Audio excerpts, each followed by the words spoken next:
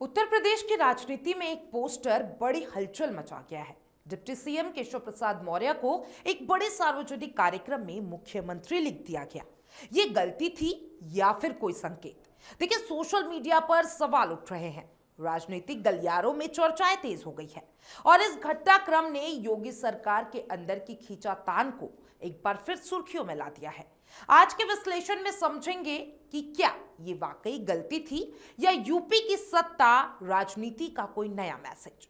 नमस्कार, मैं हूं अंकिता शुक्ला और आप देख रहे हैं एफएम न्यूज। देखिए, लखनऊ का डिफेंस एक्सपो मैदान, भारत स्काउट गाइड की डायमंड जुबली और 19वीं राष्ट्रीय जम्बूरी का भव्य आयोजन।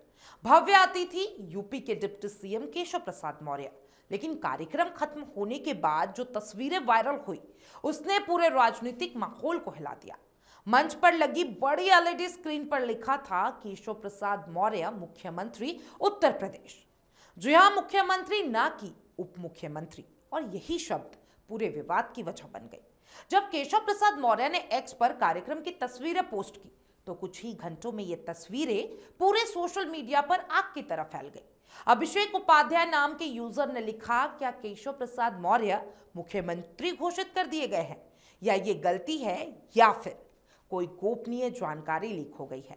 पोस्ट के नीचे सैकड़ों कमेंट आए, कुछ ने इसे राजनीतिक गलती तो कुछ ने जानबूझकर किया गया कदम बता दिया है।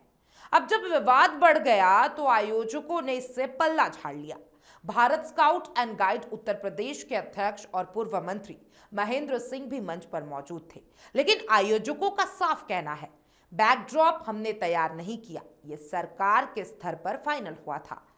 चूक हुई है मगर हमारी तरफ से नहीं। ये बयान आग में घी डालने वाला जैसा था। अब सवाल उठने लगे हैं कि अगर डिजाइन सरकार के पास किया गया तो ये गलती कैसे हो गई, और सबसे बड़ा सवाल, क्या ये महज टाइप की या टाइपिंग मिस्टेक था या फिर राजनीतिक गलियारों से निकला कोई बड़ा संकेत। सूत्रों के मुताबिक मामला यूपी सरकार तक पहुंच चुका है। मुख्यमंत्री कार्यालय की ओर से आयोजकों से नाराजगी जताई गई है, पर यहां भी दो धड़े साफ दिखे। जहां आयोजक कहते हैं कि बैकड्रॉप सरकार के पास बनाया गया था, वहीं सरकारी सूत्रों का दावा है कि पोस्टर लगाने वालों से गलती हुई, सरकार से नहीं। यानी जिम्मेदारी एक दूसरे पर डालने का खेल शुरू हो चुका है। देखिए, ये पहली बार नहीं है जब ऐसा कुछ वायरल हुआ हो। कुछ साल पहले भी एक दिलचस्प वाकया ऐसा ही हुआ था। होली के दिन पद्मश्री मालिनी अवस्थी अपने पति अवनीश अवस्थी के साथ केशव मौर्य के आवास पर पहुंची। ऑर्केस्ट्रा पर गीत गाते समय उन्होंने कहा, आज हम यूपी के सीएम केशव प्रसाद मौर्य के घर होली मना रहे हैं। पास खड़े लोगों ने टोकने की कोशिश की, लेकिन मालिनी अवस्थी ने दोबारा वही बात को दोहरा दी। उस समय भी इसे संकेत माना गया था और आज फिर वैसा ही प्रसंग दोहरा दिया गया। यूपी की सत्ता राजनीति पर सवाल खड़े कर रहा है। अब आते हैं राजनीति के असली पहलू पर। यूपी की राजनीति में 2017 से लेकर आज तक केशव प्रसाद मौर्य और योगी आदित्यनाथ के बीच सत्ता समीकरण हमेशा चर्चा में रहा है। 2017 सीएम पद के दावेदार थे केशव। चुनाव के समय यूपी बीजेपी की कमान केशव प्रसाद के मौर्य के हाथ में थी। वोटिंग के बाद वे सबसे प्रमुख चेहरे थे, लेकिन मुख्यमंत्री योगी आदित्यनाथ बन गए सीएम। अब चलिए इनके पहले टकराव के बारे में बात करते हैं कि कैसे इन दोनों का जो मतभेद है वो देखने को मिला। देखिए, यही वो समय था जब एनेक्सी के पंचम तल पर केशव ने अपना नाम प्लेट लगवाया था। सीएम योगी के निर्देश पर नेम प्लेट को हटा दिया गया और यहीं से शुरू हो गया एक नया विवाद। और देखिए, उन्हें नया कमरा आवंटित किया गया, यहीं से दोनों के बीच मतभेद की बातें शुरू हुई। फिर दूसरा विवाद 2022 में देखा गया। योगी चाह रहे थे कि स्वतंत्र देव सिंह को डिप्टी सीएम बनाया जाए, लेकिन पार्टी हाईकमान ने केशव को दोबारा मौका दिया। 2024 लोकसभा के बाद फिर तनाव बढ़ा। जी हां, बीजेपी के खराब प्रदर्शन के बाद सीएम योगी और बीजेपी नेतृत्व की मीटिंग में केशव मौर्य ने कहा, संगठन सरकार से ऊपर है। यह बयान को लेकर खूब चर्चा हुई। अयोध्या दीपोत्सव विवाद, दोनों डिप्टी सीएम यानी कि केशव प्रसाद मौर्य और ब्रिजेश पाठक अयोध्या दीपोत्सव में शामिल नहीं हुए क्योंकि विज्ञापन में दोनों का नाम नहीं छपा था। दोनों नाराज बताए गए और योगी अकेले अयोध्या पहुंचे।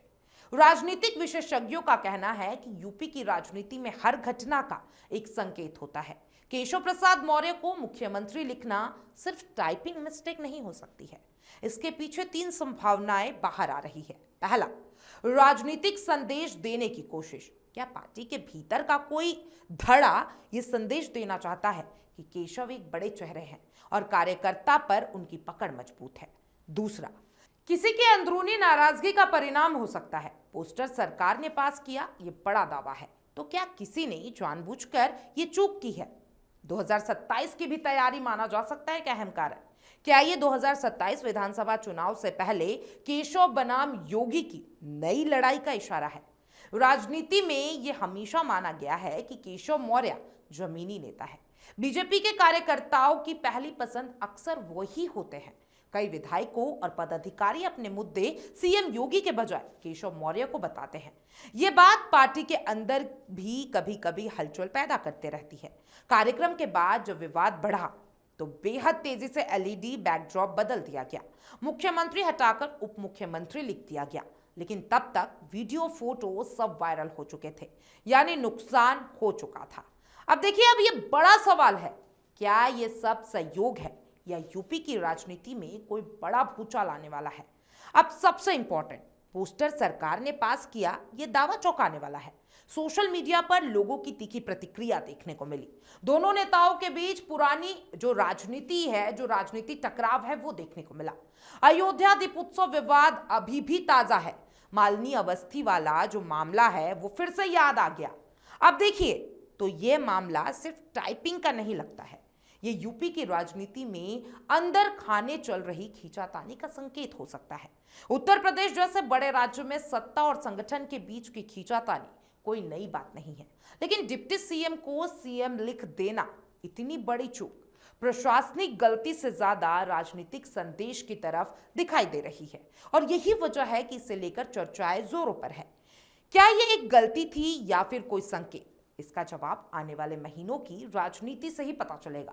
फिलहाल बीजेपी और सरकार दोनों ही चूक से इनकार कर रहे हैं, लेकिन सवाल यही है, जिस पोस्टर ने यूपी की सियासत में आग लगा दी, उसका जिम्मेदार कौन है? और क्या वाकई यूपी की राजनीति में कोई बदलाव होने जा रहा है? हम इस मुद्दे पर नजर बनाए रखेंगे। लेकिन आप क्या सोचते हैं इस विवाद के बारे में? मुझे कमेंट बॉक्स में अपनी राय जरूर दीजिएगा, और तमाम इस अपडेट्स के लिए एफएम न्यूज के साथ बने रहें।